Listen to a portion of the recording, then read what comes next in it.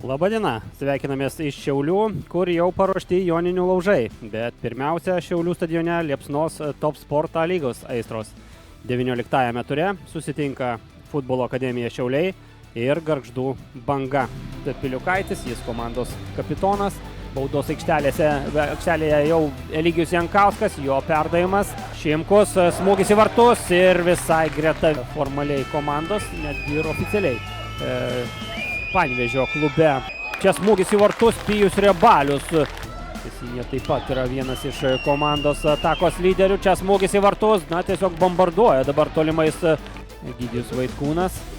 Dar vienas buvęs Lietuvos rinktinės žaidėjas. Čia Petravičius, smūgis į vartus. Tikisi šios šventės nesugadinti Šiaulių futbolininkai. Jų išpuolis, smūgis į vartus, į Kauniekui nepavyksta. Dabar vyko perdavimas. Romanovskis prie kamulio, Eligijus Jankauskas, jo smūgis, Gargždų komandos išpuolis. Labai gražiai Česlinė perpjauna varžovų gynybą savo perdavimu.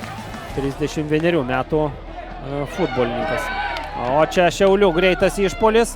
Eligijus Jankauskas sulaukia kamulio, gali vienas išdraskyti varžovų gynybą. Smūgioja į artimą į viršutinį kampą Konstantinas Šulcas. Ir visiškai vienas kairiajame krašte. Čia paliktas Gargždiškis.